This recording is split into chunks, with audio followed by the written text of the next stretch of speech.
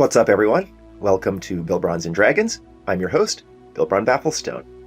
So today we're having another battle report for my Molebron DaoLockStone build, which I've been playing on a Westmarch server called the Forged Concordance. And I'm having a great time there, so I highly recommend it. I put all of the relevant information in the video description below. Feel free to check it out, and we can adventure together. So today's session was a one-shot called Dethroning the Danger Horse, run by DM Zwen. And I have to say, this was probably my most favorite session so far in terms of the role-playing aspect. In terms of combat, I'd still have to give the nod to my recent DM Strafe Back to the Fray 2.0 adventure, where I almost got killed by a frickin' red dragon. But I love the role-playing setup here, and it was just so fun to take the job even in the run-up before the adventure, just playing the adventure, and then the outcomes after the adventure. Oh, so good. Just so happy with it. So thanks to Zwen for providing that experience to me. So to provide some context, this session was a follow-up of sorts to a larger big picture that I was actually unaware of at the time, but followed from one of my adventures that I had not too long ago, just like a couple sessions ago, called the Forest Job. And during that job, which involved clearing out sections of a forest and fighting whatever threats were there, at the end when I was leaving, Bilbron got like an out-of-nowhere mind whammy, which he was barely able to shake off the effects of, but it was basically like this unicorn exerting its influence and basically warning lawful evil me to never come back, which really pissed me off at the time. And I was like, oh, I want that fucking unicorn's head on the wall of my Genie's vessel. How dare he? But I was unable to, resolve that during that mission. And so Bilbron rolled up to the job board looking for a gig, and it was really weird. There's all these steel badges milling around, and there's a steel job still on the board, which is super unusual, because one of the things I'm finding at this steel badge level is that it is so hard to get games. There's just so many players at that level. It's literally like a piranha or a shark feeding frenzy whenever a game goes up, and there's always like 8 different teams, and then some of them weight it in like a different weird way, and so oftentimes I have like a 1 in 122 chance of getting a game or something ridiculous. So it was very unusual. Why is nobody taking this job? And so I look at it and I see why. It's because it's for an evil mission. Role-playing's a big thing at the Forged Concordance, and a lot of good people didn't want to take this mission. In fact, I reached out to Rav, the Wildfire Druid that I've adventured with a couple times, and he was like, yeah, I'm totally down for it. And then he was like, oh, wait, this is that evil mission. No. that's all you, bro. And so there was only like 2 teams up for it. And it was like really hard to get people. People were dropping out. That's all metagaming. But anyway, in role-playing terms, there's nobody wants this job. So Bilbron gets it. And he's like, oh my God, it's that horse. Yes. Fate is smiling upon me this day. And you can see, Basha, who's our Guildmaster, was really reluctant to take on this job because of its incredible evil nature, but felt compelled to do so because apparently all of this happened because of a guild member. I don't know the details, but he was up to some shenanigans, and the next thing you know, some uber powerful unicorn is in that forest and rallying all of the good creatures of the forest to fight back against the evil logging camp that's cutting down our forest. The problem being that the boss of that logging camp is our client, Paul Bundy. So he's super pissed. It's like, what the hell? You guys need to fix this. And Basha's like, we need to fix this. And so she made clear this was an evil job. We were literally going to have to execute a unicorn, the legendary lawful good celestial creature that was rallying all of the good fae and creatures and druids of the forest and rallying them against the mean humans trying to bring civilization to countless poor people everywhere. we're so silly that we prioritize human beings over animals, right? So kill us all. And yeah, it was tough to get people, man. I finally was able to assemble a team that was comprised of Logi, who was a kobold arcane archer, and we had Epti Stormweaver, who I had adventured with before on that the forest job, who was a Leonin battlemaster, and we added Violet Whist, who was a Kensei, a monk of kind of like the Mulan sort of flavor. And then finally we added Hyde, who was a very peculiar individual, a lady who was a shadow sorcerer who seemed human at first, but I later saw that she was a shifter. And she was like a shadow sorcerer wizard of some kind. I'm not quite sure, but a very unusual appearance because her skin was like really bleached white, like an albino, and her hair. But also like her clothing and everything that she carried was this just like ghostly pale white color. And she was unusual in that she was a noble of Vascala, which is the city that Bilbron comes from. And so he was actually kind of aware of her. She's like a historian. And remember, my mom is high society now, but she was an adventurer that made good and like worked her way up into those circles. And she's always like making fun of like the nobility and stuff. And so anyway, Hyde was a part of that. And so that was interesting. And so, yeah, that was the team. And I was a little worried because it included 2 punch-ups, 2 iron badges. One was there was a monk, and we didn't have any healing, really. I had a healer lined up, and then at the last minute, he's like, oh, wait, this is it. What are we doing? No, I'm out. If I went along, I'd like defect to the other side. And I was like, oh, well, then you can't come. And so, yeah, literally the only healing we had was Epti's healing kit, and he did have the healer feat. So that's actually a really pretty good feat, man. I've seen it on a couple of builds now, and it's been quite useful. But yeah, that was all the healing we had. So I was a little worried because this was a pretty dangerous mission. But yeah, you play the cards you're dealt, and I was just hoping that we would be able to get the job done. So we headed out and went to Tears Fall. We arranged passage on a ship to Halcyon, and from there we rode to the logging camp and met our client, Paul Bundy, and his crew, who's a pretty colorful, cast of characters. And he's super mad because everybody's beaten up and wounded, having fought these forces of the Unicorn Prince, as they were calling him. And he's like, what the hell, dudes? Fix it. And of course, we're like, super sorry, guys. We feel terrible. We're going to fix this. I promise. We're going to salvage our guild's reputation. And I should mention that a couple of the people that came with, Epti and Violet, were actually good. And maybe Hyde, too. I'm not sure. Hyde, I thought, was lawful neutral, but maybe was lawful good. Very lawful, for sure. Anyway.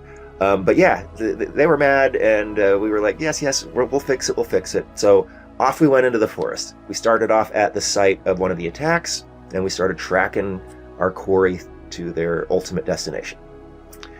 And so, yeah, we headed into the forest, and it wasn't long before we got attacked, and we got surprised, which was a pretty common running theme throughout this mission. This mission was super dangerous, by the way, as we'll see. I mean, we got really good rewards at the end, but man, there was some real danger involved. Starting with the very first encounter. Werebears, which, inflict that curse of lycanthropy. A weird, like, koala-looking bear kind of thing. A couple of them. These little koala bear-looking things, which looked cute and adorable, except for the giant fangs. And the fact that they could destroy magic items, like, for good. And, that could have... that was impactful. Magic items are worth a lot in this game, right? They're hard to come by. They're worth a lot of gold. So that was like, what? Oh my god. And curses are not easy to deal with. Although I did just level after this and add remove curse, which I'll talk about at the end. And then druids, druids cast good spells, summons and stuff. So it was a, pretty harrowing battle. Some high stakes there with, curses and stuff.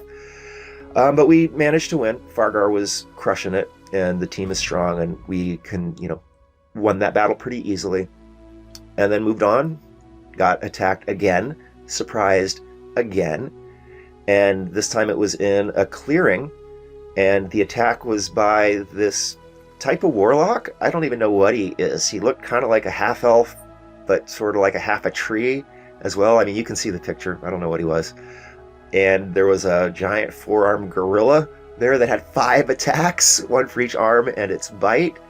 And the warlock summoned a demon of some kind, I think, or I don't know. It was ugly as hell, as you can see. And that was a pretty harrowing battle as well, but we managed to win it and didn't suffer any losses. Then we went on to the third battle, and man, this was a tough one. We didn't get surprised this time, at least. Otherwise, it would have been super bad. But this time, Bilbron activated his Pass Without Trace from his Earth Genasi heritage. He gets that Merge with Stone thing where he can do it once a day, because I was getting sick of being surprised all the time. And I wasn't sure why, because we were trying to stealth and stuff, but it seemed like the unicorn had some kind of deal. And we actually later learned that it could literally hear us at all times while it was in the forest. So essentially like a total scry. I don't know if it included the visual elements, but you know, it was not being taken by surprise, and it was like super easy for it to place its forces. And you know, anyway, that's why we were experiencing surprise all the time. But this time I was able to counter it and get surprise back on them, so it canceled out with my Pass Without Trace. And that was good, because this was a freaking super tough battle. There was a tree, like a giant animated tree, and there was cockatrices that could petrify you, and there was a hag, and you know how much I love hags, that was casting summons and summoning giant spiders, and then it turned into a mole and burrowed underground, and we literally couldn't do anything to it, and that was protecting its concentration. So this was a tough battle, man. And the giant spiders were sticking everything with its web shots. Fargar got webbed, and my summons Stone Golem got webbed, and they had a pretty crazy poison attack, which Fargar has immunity to, but not my summon Shadow Spawn or Stone Golem, and neither did anybody else. And that was a pretty tough battle. That was cool for me, though, in that it's the first time I got to use my new Pyro Converger. It's been 2 sessions, and I couldn't use it the first time because it was against red dragons, and I thought, oh, that's not going to help. And then I couldn't do it in my last session because there was a table rule where pets couldn't attune to items, so I couldn't use it there. And so I was able to use it here and thread a nice little 10-foot cone of fire right between 2 of my colleagues, killing a cockatrice and doing some damage to a spider. And it was so awesome because I only have a 10% chance on my first use of it malfunctioning, but I was just praying for it to malfunction, because if it malfunctions, it spits fire on me and does 4d6 fire damage, which Fargar is immune to, but I was webbed at the time, and I was like, oh god, it would be so great if I could get, you know, free of these webs, and then I could go after the hag and maybe break her concentration, as opposed to, you know, basically having to attack this spider that's next to me, or this cockatrice that's next to me, at disadvantage because of the restrainment.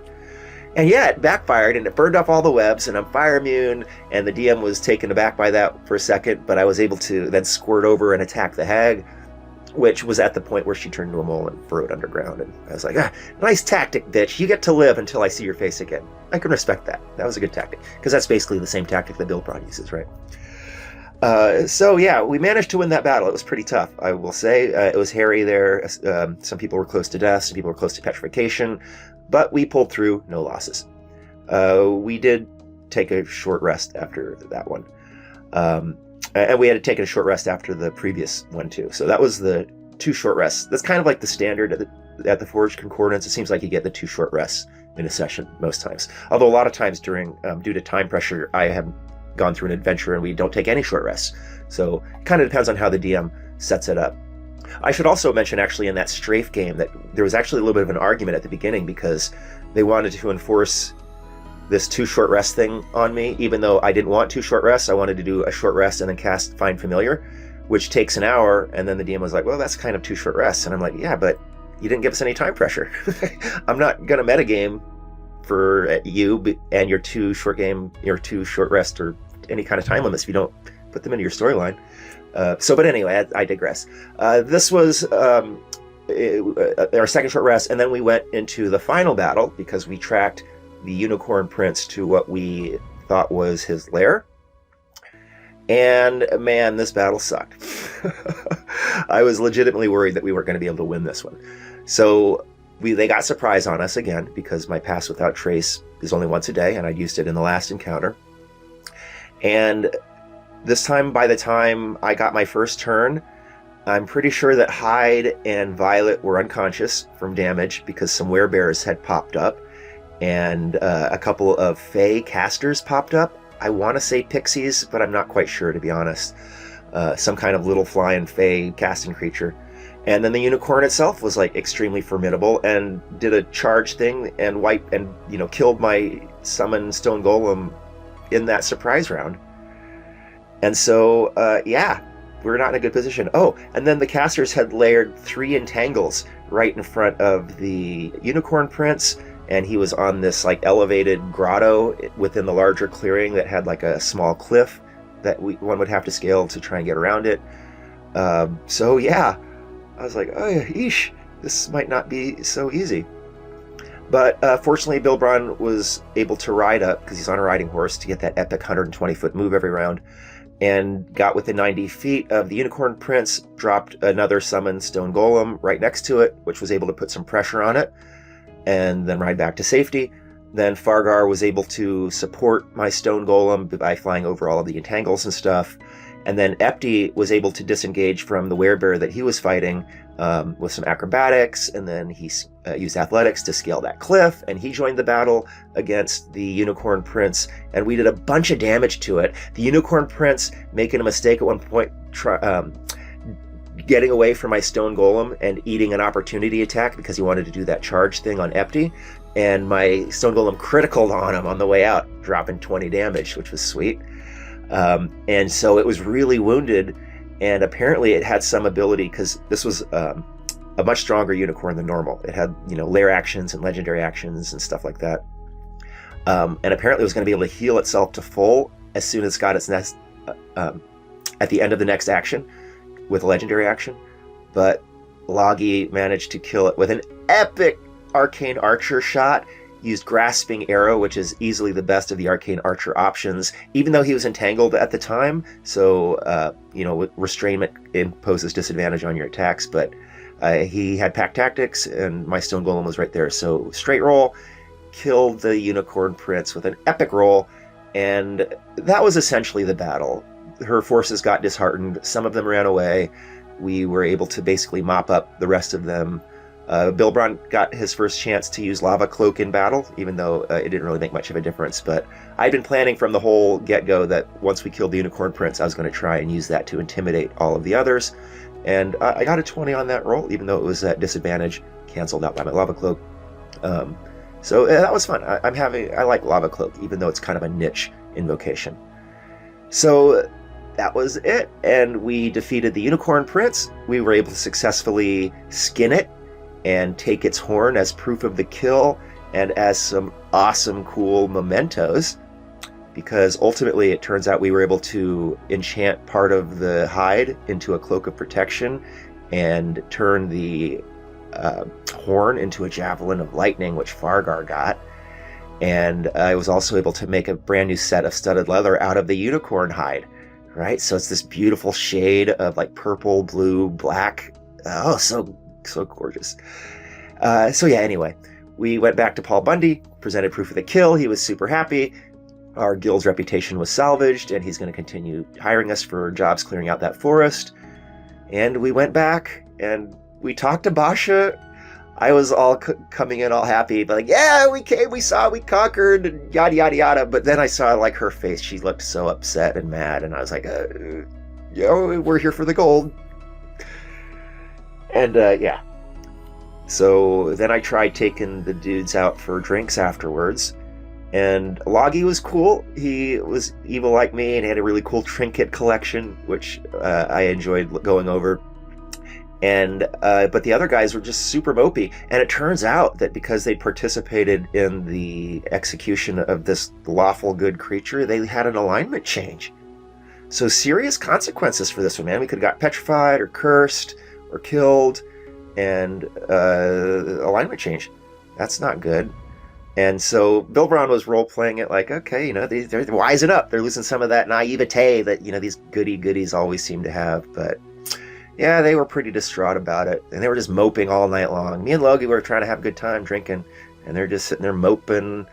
And man, Hyde, being the court historian, was writing this thing, and I was like looking at it, I was like, oh my god, this is so maudlin. She's like this, I had to kill this unicorn who would have committed all these acts of good, and whose story I never met, and whose legacy will never be forwarded in, and we had to kill all of these good creatures who were just defending their homes and could have performed countless good acts in the future. I'm like, Jesus Christ, girl, have a drink, man.